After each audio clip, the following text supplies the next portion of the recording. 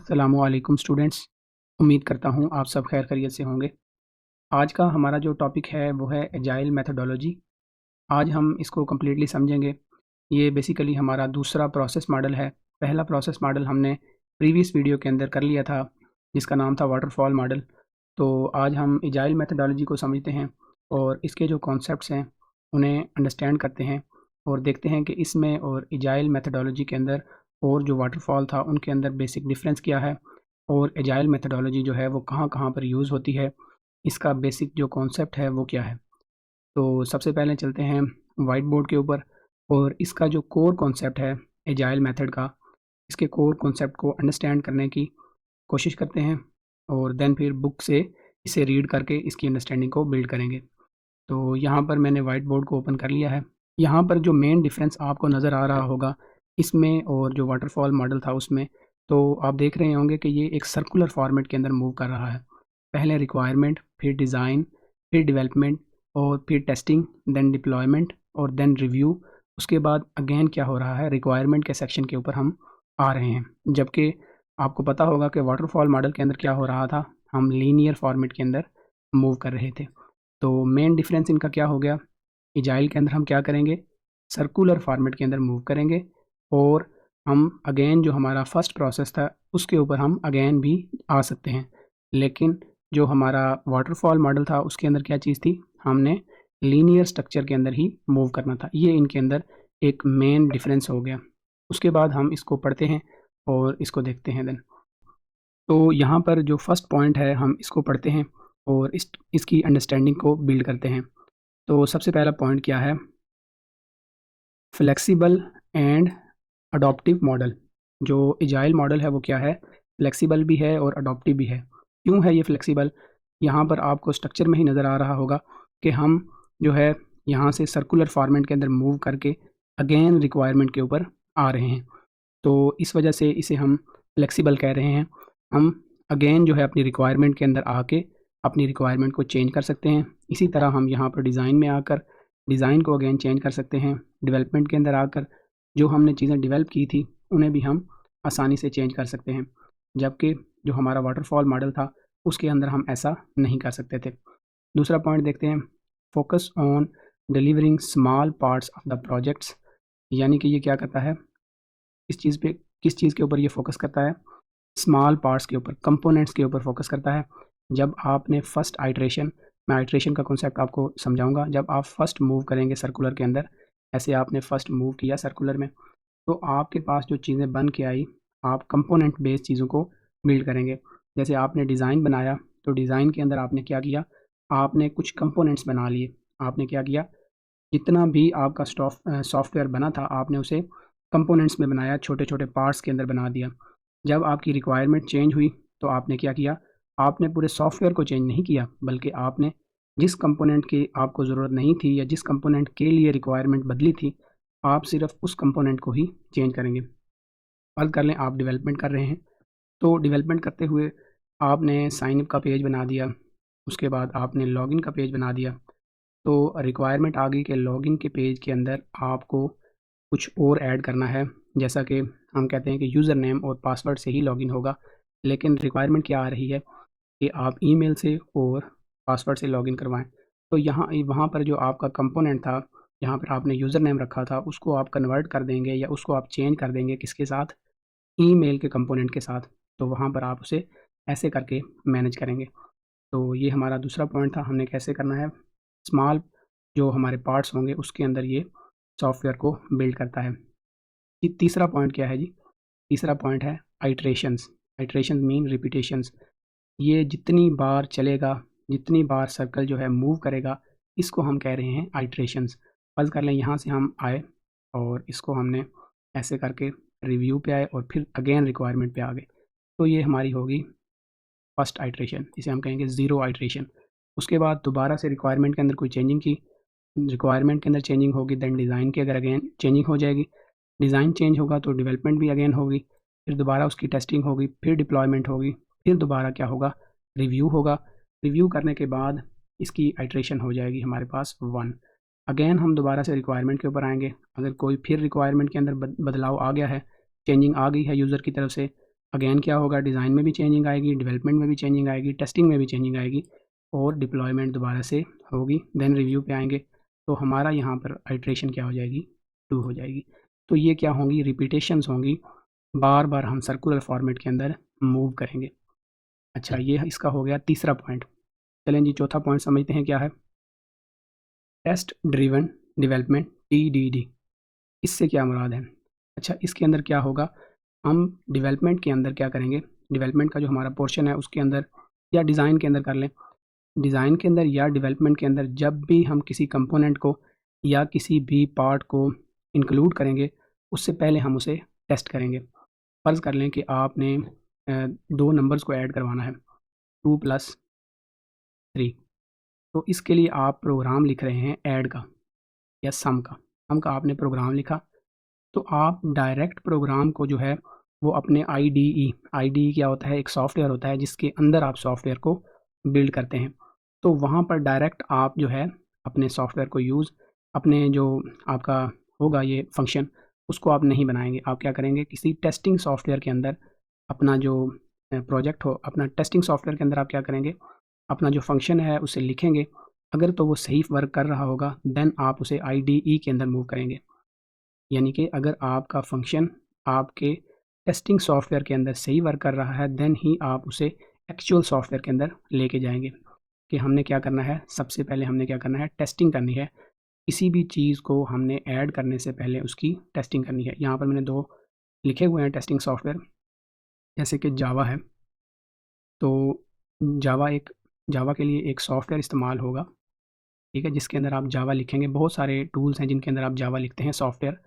तो जावा में आपने कोड लिखने से पहले आपको एक JUnit नाम से एक अलग से सॉफ्टवेयर मिलेगा जिसे आप टेस्टिंग सॉफ्टवेयर भी कह सकते हैं।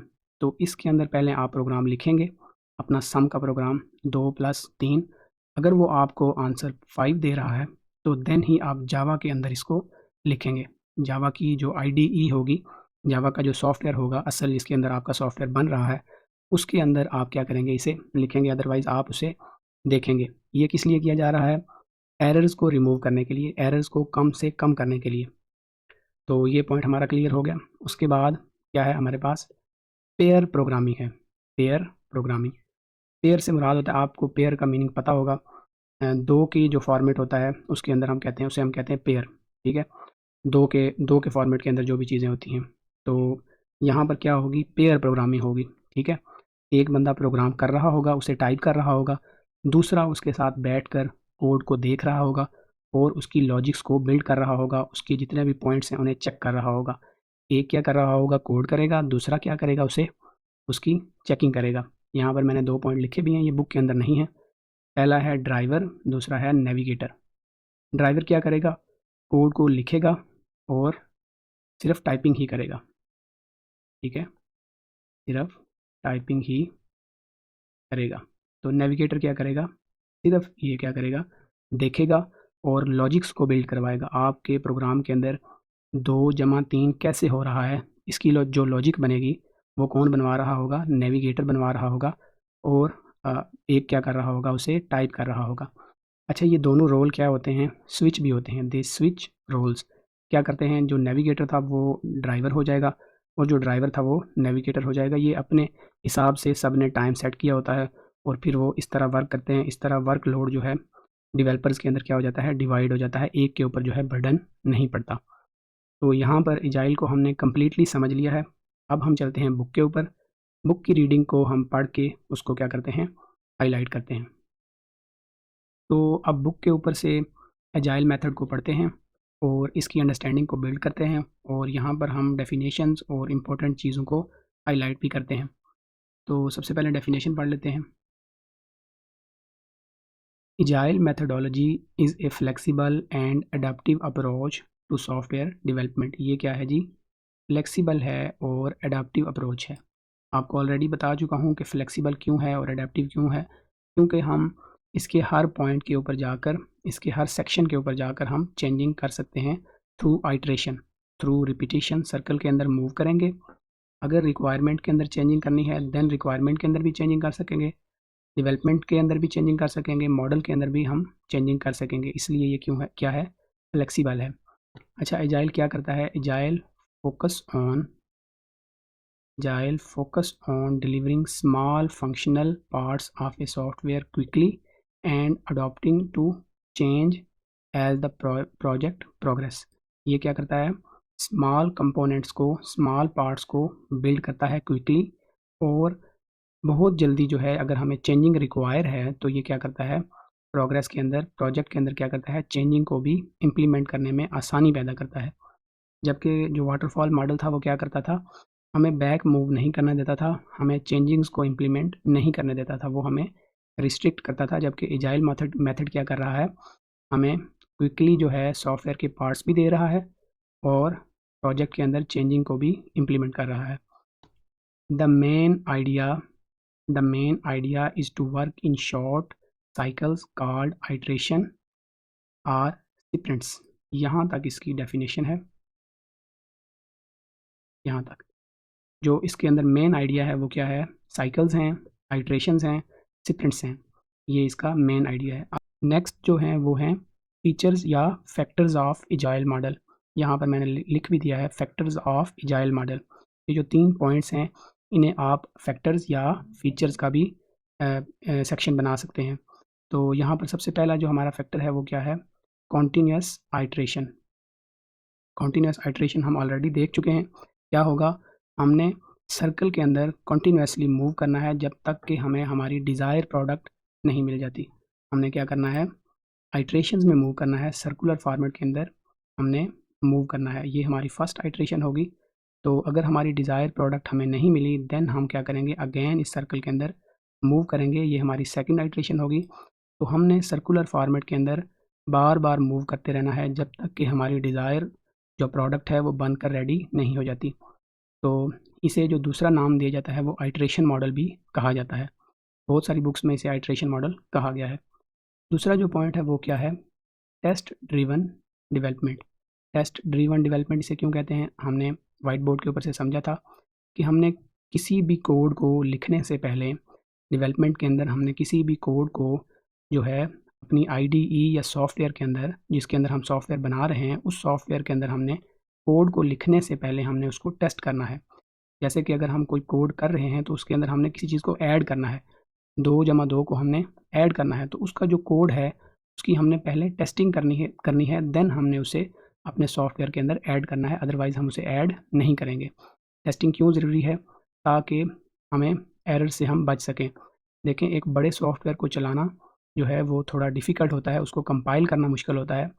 इसकी बजाय हम उसे एक शॉर्ट किसी टेस्टिंग सॉफ्टवेयर के अंदर चेक कर लें तो वो ज़्यादा बेहतर रहता है। तो हमने क्या करना है? कोड को लिखने से पहले उसे किसी टेस्टिंग यूनिट के अंदर टेस्ट करना है। ये था हमारा टेस्ट ड्रिवन डेवलपमेंट। उसके बाद हमारी थी पेयर प्रोग्रामिंग। मैंने पेयर प्रोग्रामिंग को भी समझाया था कि क्या होंगे? 2 डेवलपर्स वर्क टुगेदर। एक ड्राइवर होगा और एक क्या होगा हमारे पास? एक हमारे पास होगा। तो पेयर प्रोग्रामिंग क्या थी? पेयर प्रोग्रामिंग के अंदर हम क्या करते थे? हमारे पास 2 डेवलपर्स जो थे, एक ही मशीन के ऊपर, एक ही कंप्यूटर के ऊपर काम करते थे इकट्ठे। उसमें क्या होता था कि एक जो हमारा डेवलपर था, वो क्या करता था? टाइप करता था, उसे हम क्या कहेंगे? ड्राइवर। और दूसरा जो हमारे पास होगा उसे हम कहेंगे नेविगेटर, जो क्या करेगा? कोड को देखेगा, उसकी लॉजिक को समझेगा और उसको उसकी हेल्प करेगा। तो दूसरा क्या करेगा? सिर्फ टाइप करेगा। तो जब 2 प्रोग्रामर एक ही कंप्यूटर के ऊपर वर्क कर रहे हों, एक ही सॉफ्टवेयर के ऊपर वर्क कर रहे हों, तो उसे हम कहते हैं पेयर प्रोग्रामिंग। यहाँ तक हमारे जो फैक्टर्स थे वो क्लियर हो गए हैं। अब हम बेनिफिट्स और लिमिटेशंस, एडवांटेज और डिसएडवांटेज को पढ़ते हैं। सबसे पहले हम पढ़ते हैं बेनिफिट्स। बेनिफिट्स क्या हैं? हाईली फ्लेक्सिबल है। जो हमारा एजाइल मेथड है वो क्या है? हाईली फ्लेक्सिबल है। फ्लेक्सिबल क्यों है? यूज़र का फीडबैक, यूज़र की इन्वॉल्वमेंट बहुत ज़्यादा है। यूज़र किसी भी मोड के ऊपर, प्रोजेक्ट के किसी भी स्टेप के ऊपर रिक्वायरमेंट को चेंज कर सकता है, डिज़ाइन को चेंज करवा सकता है। तो इसलिए ये क्या है? हाईली फ्लेक्सिबल है। रिक्वायरमेंट को चेंज करना, डेवलपमेंट मेथड को चेंज करना, डिज़ाइन को चेंज करना यहाँ पर बहुत ही आसान है। उसके बाद क्या करता है? Improved customer satisfaction. क्या करता है? Improved customer satisfaction. कस्टमर की जो सेटिस्फेक्शन है उसे इम्प्रूव करता है। क्यों इम्प्रूव करता है? यूज़र की इन्वॉल्वमेंट सॉफ्टवेयर के अंदर बहुत ज़्यादा है। हर स्टेप के ऊपर हम यूज़र की क्या कर रहे हैं, फीडबैक ले रहे हैं। एक स्टेप के ऊपर यूज़र इन्वॉल्व है, इसलिए यूज़र इस मॉडल से बहुत ज़्यादा ही सैटिस्फाई होता है। तो जहाँ पर यूज़र को ज़्यादा इन्वॉल्वमेंट होगी, वो वहाँ पर ज़्यादा उसकी सेटिस्फेक्शन होगी। उसकी आंखों के सामने सॉफ्टवेयर बिल्ड हो रहा है, तो उसकी जो सेटिस्फेक्शन होगी वो बहुत ज़्यादा होगी। उसके बाद हम डिसएडवांटेज पढ़ लेते हैं। तो यहाँ पर डिसएडवांटेज क्या है? Scaling challenges. हमारा सबसे पहला जो डिसएडवांटेज है वो क्या है? Scaling challenges. देखिए स्केल का क्या मानी है यहाँ पर? स्केल से मुराद है प्रोजेक्ट को बैलेंस करना। आप स्केल को ऐसे ले लें, बैलेंस करना। जब हमारा प्रोजेक्ट बहुत बड़ा होगा या हमारी टीम बहुत बड़ी होगी, ठीक है? फ़र्ज़ कर लें कि हमारी टीम मेंबर्स मोर देन 100 हैं, तो उस वक़्त जो एजाइल मेथड है वो यूज़ नहीं किया जाएगा।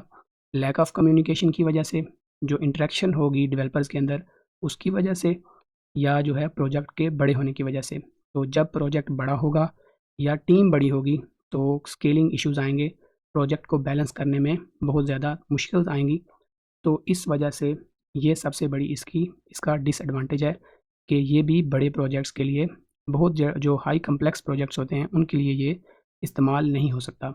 जो हमारा एजाइल मेथड है ये भी बहुत ज़्यादा बड़े प्रोजेक्ट्स के लिए इस्तेमाल नहीं होता। इसके लिए जो टीम रिक्वायर है वो मोर देन 50 नहीं होनी चाहिए। 50 अगर आपके टीम मेंबर्स हैं देन जो एजाइल मेथड है वो वैलिड है, वेल एंड गुड है, आप इसे इस्तेमाल कर सकते हैं। नेक्स्ट हमारे पास क्या आ जाता है? Stakeholders involvement. Stakeholders involvement, जो हमारे क्लाइंट हैं, जो हमारे कस्टमर्स हैं, उनकी इन्वॉल्वमेंट बहुत ज़्यादा होती है। देखें कस्टमर हर जो आपका पॉइंट है उसके ऊपर अवेलेबल होता है। अगर कस्टमर अवेलेबल नहीं है, अगर क्लाइंट अवेलेबल नहीं है जो सॉफ्टवेयर बनवा रहा है, तो आपको फीडबैक लेने में मुश्किल होगी। यहाँ पर लिखा हुआ भी है इफ़ सम आर अनअवेलेबल।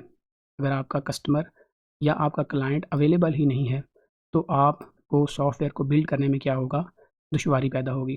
तो हर वक़्त आपका जो स्टेक होल्डर्स हैं, उनका अवेलेबल होना बहुत ज़रूरी होता है। तो ये भी एक इसकी लिमिटेशन है, ये भी इसका एक बहुत बड़ा डिसएडवांटेज है। उसके बाद क्या है? Less predictable. प्रिडिक्टेबल क्या क्या मतलब होता है? पेशन गोई करना, प्रिडिक्ट कर लेना, कॉस्ट को प्रिडिक्ट करना, सॉफ्टवेयर की जो टाइमलाइन है उसे प्रिडिक्ट कर लेना, सॉफ्टवेयर का स्कोप उसे प्रिडिक्ट कर लेना। तो यहाँ पर हम किसी चीज़ के बारे में प्रिडिक्ट नहीं कर सकते, क्योंकि जब हमारी आइट्रेशन चलनी है तो टाइम के साथ मे बी यूज़र की रिक्वायरमेंट चेंज हो जाए। जो ही यूज़र की रिक्वायरमेंट चेंज होंगी तो जितने भी सेक्शन हैं वो ऑटोमेटिकली चेंज हो जाएंगे। तो क्या होगा? हम टाइमलाइन को डिफ़ाइन नहीं कर सकेंगे। प्रोजेक्ट का जो स्कोप है, प्रोजेक्ट की जो बाउंड्री है, वो भी हम नहीं डिफ़ाइन कर सकेंगे। प्रोजेक्ट की जो कॉस्ट है वो भी हम प्रिडिक्ट नहीं कर सकेंगे। तो हमें पता नहीं होगा कि प्रोजेक्ट मे बी 1 मंथ में कंप्लीट होता है या 1 ईयर में कंप्लीट होता है, इसका अंदाज़ा हम नहीं लगा सकते। तो ये बहुत बड़ा इश्यू है इसका कि हम किसी चीज़ को प्रिडिक्ट नहीं कर सकते। इसी तरह हम प्रोजेक्ट की बाउंड्री को भी डिफ़ाइन नहीं कर सकते। एक आइट्रेशन के अंदर रिक्वायरमेंट कुछ और थी, दूसरी आइट्रेशन के अंदर रिक्वायरमेंट बिल्कुल ही बदल गई। तो क्या हुआ? बाउंड्री जो है डिफ़ाइन नहीं हुई। बाउंड्री प्रोजेक्ट की डिफ़ाइन ना हुई तो प्रोजेक्ट की जो टाइमलाइन है वो भी क्या होगी? इंक्रीज़ कर जाएगी, कॉस्ट भी इंक्रीज़ कर जाएगी। तो ये भी इसका बहुत बड़ा इश्यू है। यहाँ तक जो हमारा टॉपिक था, प्रोसेस मॉडल्स थे, वो हमने बुक के अकॉर्डिंगली कवर कर लिए हैं। इसके रिलेटेड जो प्रोसेस मॉडल्स थे तमाम, जितने भी क्वेश्चन बनते हैं इसके शॉर्ट या लॉन्ग, वो मैं डिस्क्रिप्शन के अंदर दे दूँगा। जब आप ये टॉपिक पढ़ लें तो आप उस पीडीएफ को डाउनलोड कर लीजिएगा और वहाँ से अपनी जो इन टॉपिक्स की प्रैक्टिस लाज़मी कीजिएगा। तो यहाँ तक हमारा जो प्रोसेस मॉडल्स थे वो कंप्लीट हो चुके हैं।